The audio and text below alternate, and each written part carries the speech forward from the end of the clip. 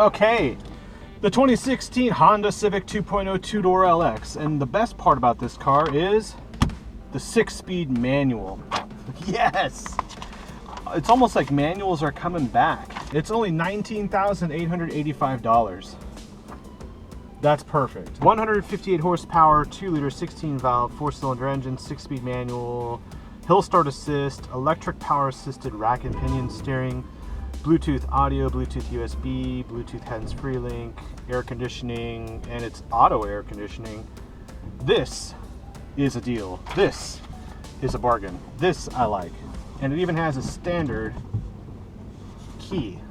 None of this push button nonsense. Turn it, and it fires to life. The doors on this are huge too. The seating position, however, is the only thing I'm not sure of yet. There we go. And the lumbar is not adjustable. And it has a funky center armrest. That's weird. It doesn't lift up, it's just a solid thing, so... Oh, look, it's not a car for small people. I fit in here just fine. The only complaint is the lumbar.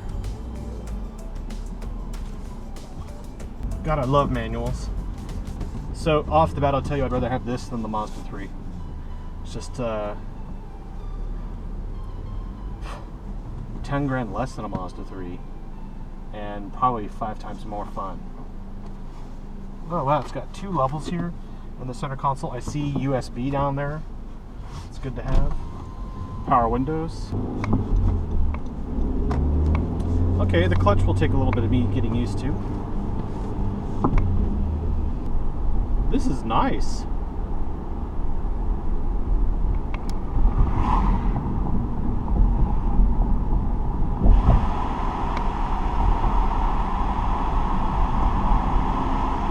The cool thing is that we have a brake hold button, so if I was on that incline and had to come to a complete stop with cars in front, I can press the brake hold button and it will hold the car so that I can get in first gear and start moving forward. I don't have to feather the handbrake or anything because there isn't one. It's just an electronic parking brake.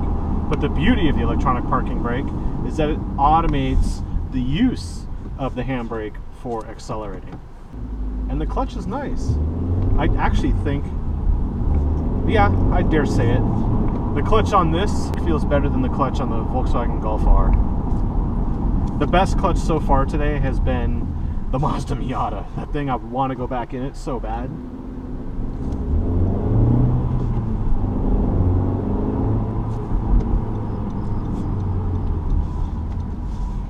Alright, merging onto a busy highway.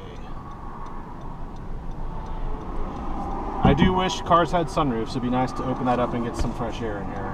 We do have a automatic climate control, but I think I'll leave the window down. I'll roll it up later.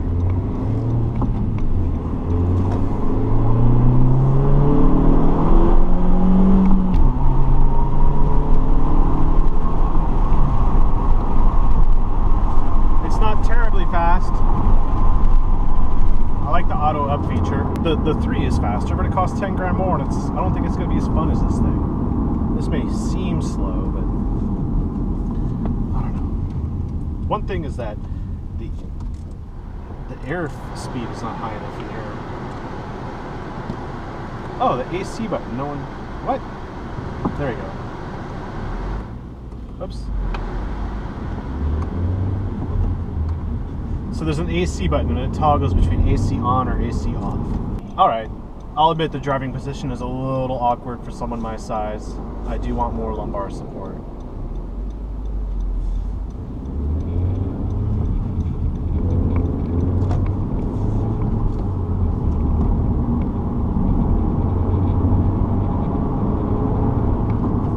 And I'm sure this is an economy car and it's going to save you money on fuel. I do want to note though that the fuel gauge is kind of hard to read. There's a small strip of LEDs, but it's only lit where the level of the fuel is. It's not fully lit to illuminate all of the gauge. It's only illuminating a portion thereof. So it's hard to understand Is that the right reading or not? I mean, with a bad reflection, it would almost look like you're on empty. Alright, so we're doing 62. Probably the average economist commute speed. And there is some wind noise. Right up here.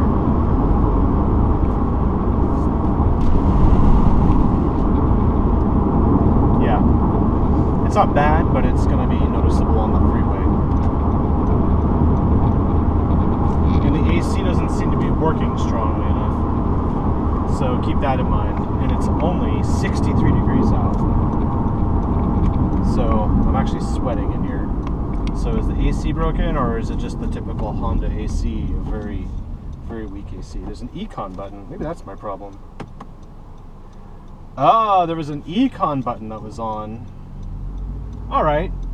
Well, let's try it now.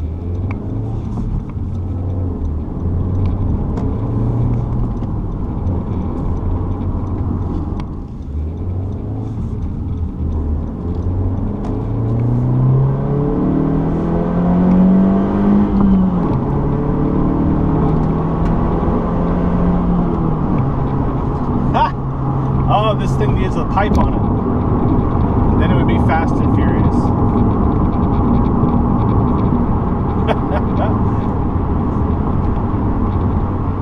I actually have green lights, LEDs in the gauge that kind of illuminate. And I guess as I am not green enough, it changes. Yeah, it changes to like a white color. That's cool. It may seem noisier than the Mazda 3, but I actually, for the price, this is hands down better. I mean, 10 grand more. The Mazda 3 has a better interior. There's a tacky feeling here on the steering wheel, and the materials are just kind of very cheap. It's a cheap Honda, right?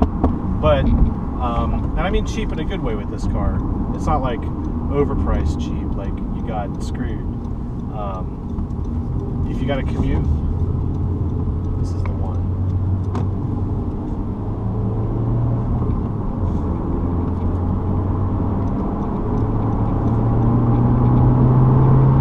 Passing power is acceptable. The notches in the gear change feel rubbery. I'd call them rubbery. Let's see how it does with these corners here. I can't take this one on the track, but that's okay. Let's see if it feels a little bit more stable in the rear than the Mazda 3. Yeah. So, there you go, hands down. The Civic beats the Mazda 3. Civic Coupe.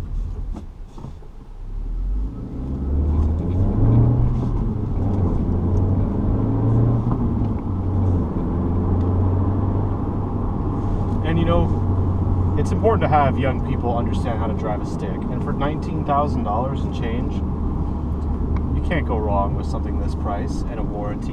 And you know, what's that? Over 4 years, it's less than $5 grand a year if you're going to completely write it off at the end. Literally, it's ideal.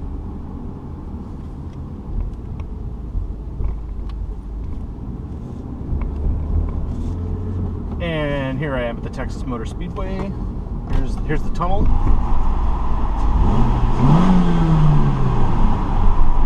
Sounds good.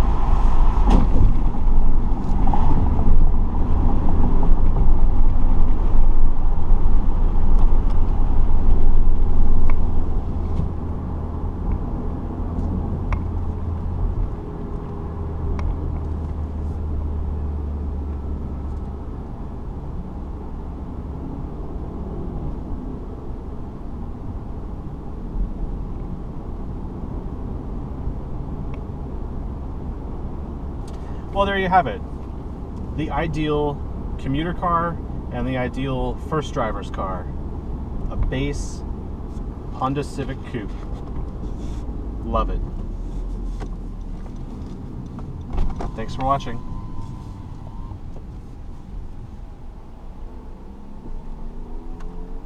Yeah. automatic. Wow.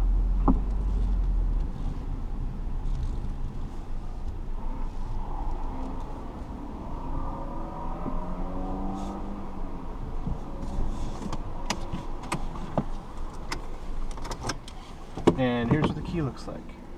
Your standard Honda key.